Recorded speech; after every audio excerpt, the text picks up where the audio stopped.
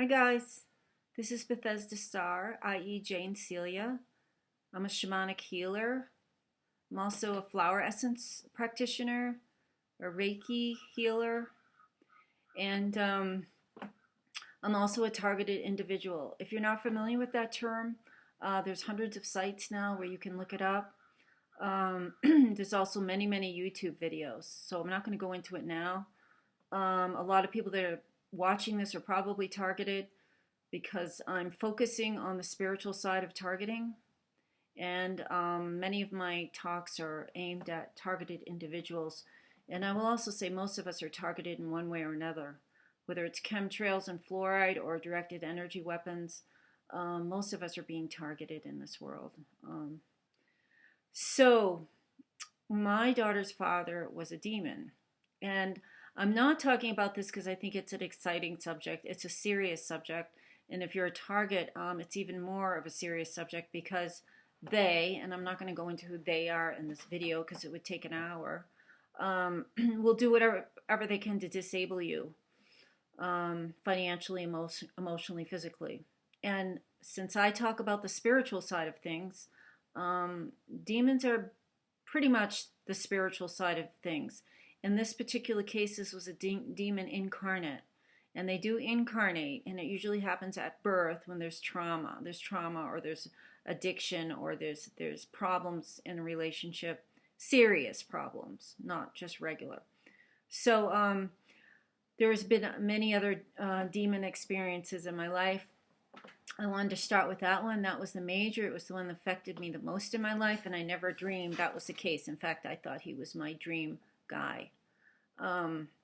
So I will start with how I met him and try to go through it quickly because I wanted to get to a couple of others, and I wanted to give some helps for how to avoid those situations. So I was youngish, 30-ish, and I was divorced, and I had two young girls, and I was very interested in herbalism and natural healing. I was always shied away from any pharmaceuticals, anything allopathic. I mean, I've taken them once in a while, but most of the time I threw them away. If I was offered any kind of medicine from a doctor, it went into the garbage. My friend had told me about an herbalism class that was going to be taking place beginning in March in inland rural Maine. I was on the coast of Maine at that point. I had a funny feeling about signing up. I didn't know why. I did not trust my judgment, which is a lot of what can happen with targets and women in particular. We acquiesce to more authorities.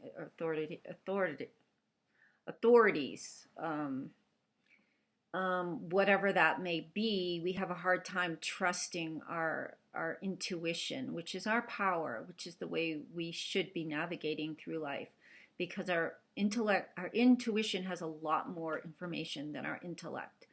Our intuition goes up and goes, it's expansive. It's taking in all the information on many different levels, where our intellect is just processing like a computer. So I signed up for the class, and then later in the day I canceled because I thought I can't afford this, I can't do this. So but then I went to bed and I had a dream, and I think it was an implanted dream. I think it was a dream to set me up because they know my weaknesses, and at that point they did anyway. And so the dream was I had walked into a room, and there was a round table, like Knights of the Round Table, and there was herbalists all around it, and they were having a wonderful time. They had golden chalices, and they were eating something that looked like magical soup with sparkles, and so I woke up from this dream, and I thought, oh, before that, in the dream there was a space, and there was soup, and there was a chair, and the chair was empty, and someone in the dream said, that space is yours. Where are you? Why aren't you going? They didn't say all that, but that's what the message I was getting telepathically. So I woke up the next day and I called the practitioner and I said, can I sign back up? I've had a change of heart. And she said, yes, of course. So a couple of months later, the class started, and I left with three other women. It was a dark, rainy day, which is most of Maine, most of the time, if it's not snowing. And it was a long ride inland, and we went down this long, muddy, rutted road, and I was feeling very apprehensive the whole time. But anyway, we got there. The woman was very competent. She's pretty well known now, probably. It was very rudimentary, like a tar paper shack. There was a running. We went to a well for water and then a stream. It was a dirt floor. There was a wood stove. There was a lot of children and dogs and animals and herbs hanging. It was very otherworldly, to be honest, for me, especially. But everything was fine. I loved the other people. I think there was 3 other women and a man. And then at one point, our teacher said there was another man joining, who was going to be sort of part-time. He was doing an exchange with her, gardening maybe for her for an opportunity to be in the class. He was interested in herbs. So sure enough, maybe the next time I was there, I was standing in the garden, identifying herbs or whatever. And I looked up and there's a long dirt road. And there's this man walking, very thin, very muscular, with no shirt. He was carrying a huge drum.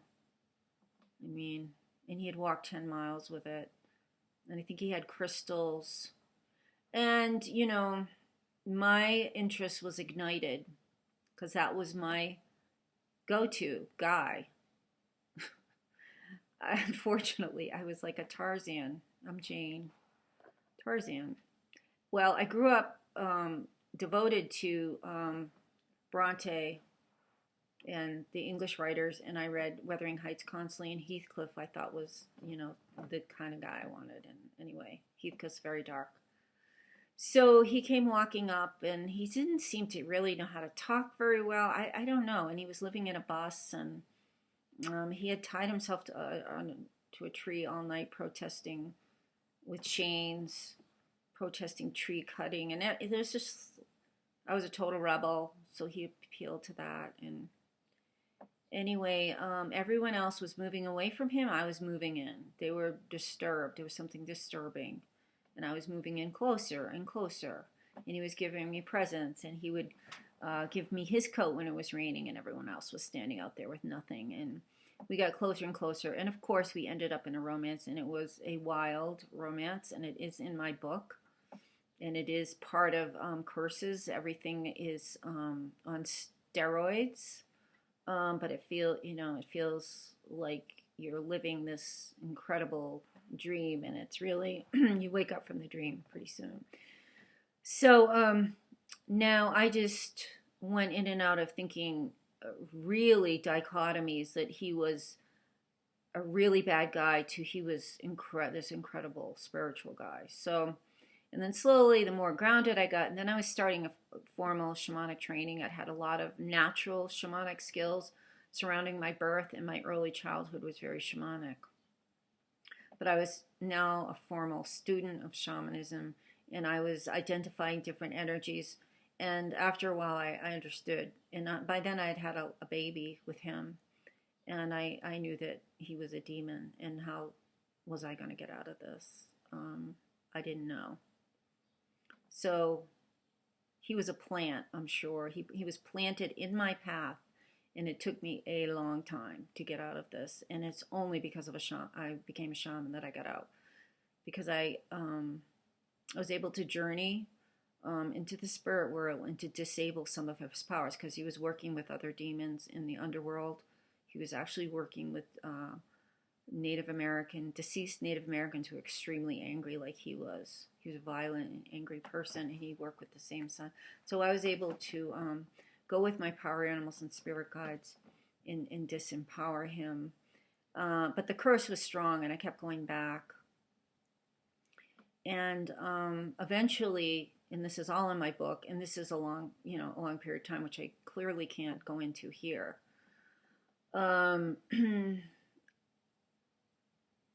If I hadn't done it for myself, I had to do it for my daughter. So it was actually easier dealing with a demon in the legal system in Maine than a normal guy. A normal guy had more power. They didn't know how to deal with him, so I actually had more control and jurisdiction over my daughter, because I don't know why I keep losing this. Anyway, so be careful if you're drawn to someone, whether you're a man or a woman, and this person seems perfect, because if you're a target, it could be perfectly wrong. Now, I also journeyed back in time. I realized that when my ex, his name is Arthur, he has no power over me now, so even if he's watching this, because the truth will set you free, and I know the truth. So I journeyed back in time and saw at the time of his birth, his actual soul left his body and a demon came in. And I journeyed to where his soul was, and he was stuck in it. He went into a past lifetime where he was a wealthy merchant on a ship. I think it was I don't know what ship it was. And I said, why did you leave? And he said he just couldn't face this lifetime. So he had basically abandoned his body and allowed this demon to come in.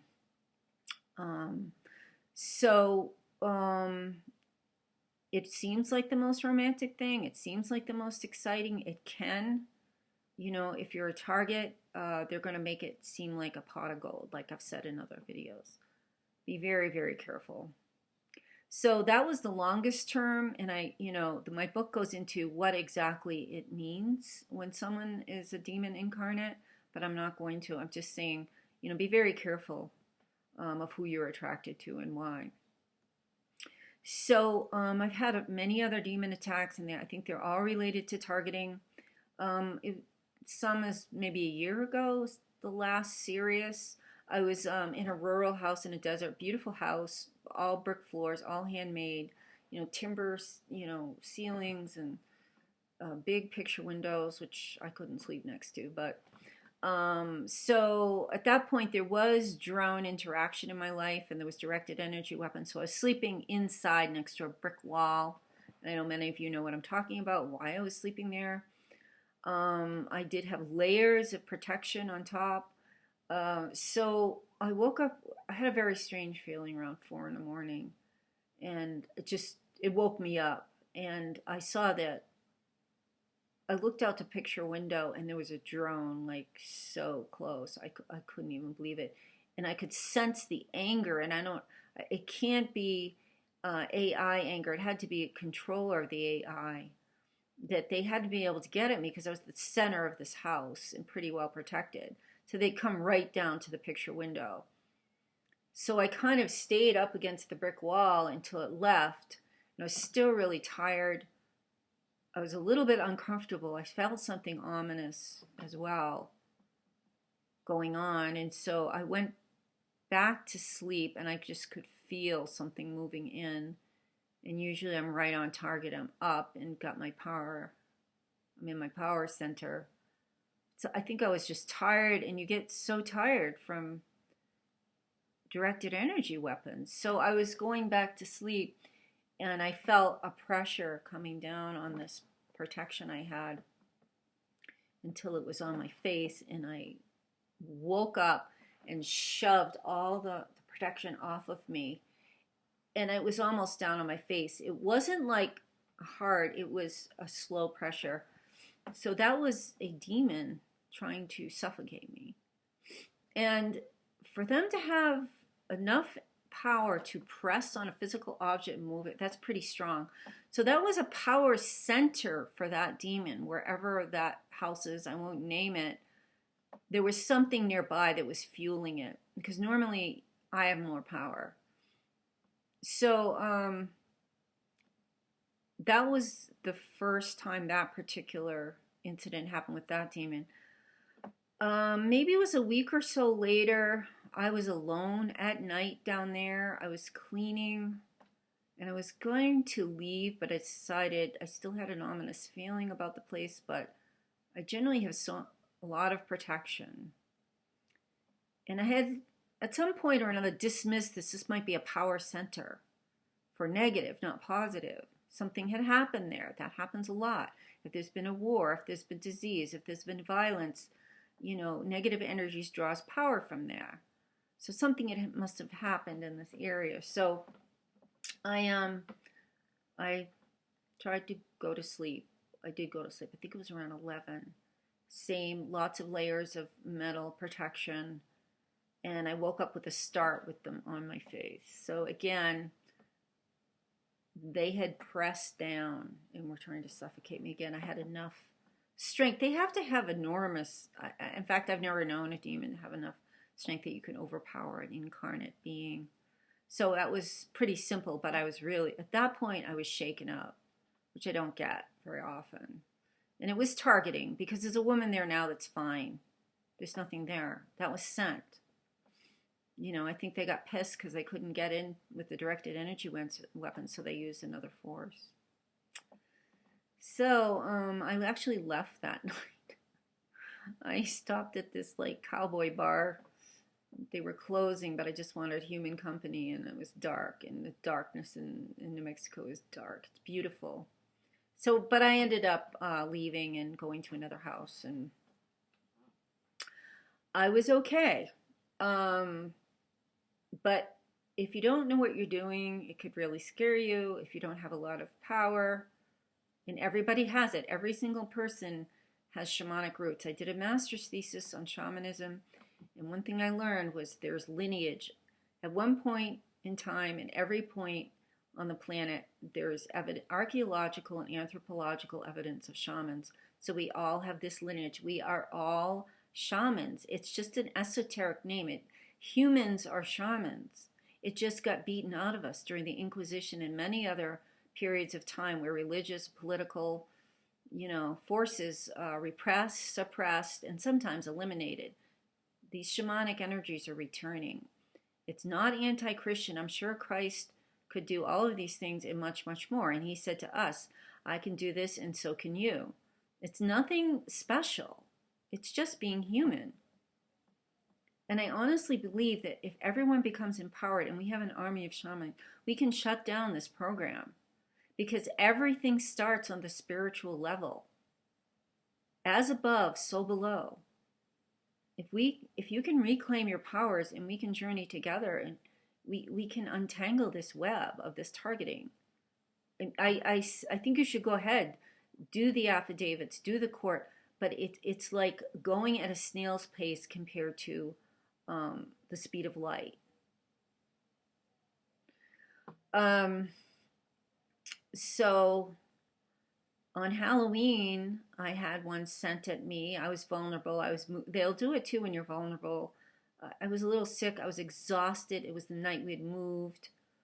And there was one that came at my throat. And that was even stronger, but I was able to recover from that one. The very first one was when I was a news reporter in Maine, and I was working for the Kennebec Journal, and there was a haunted house they wanted me to cover.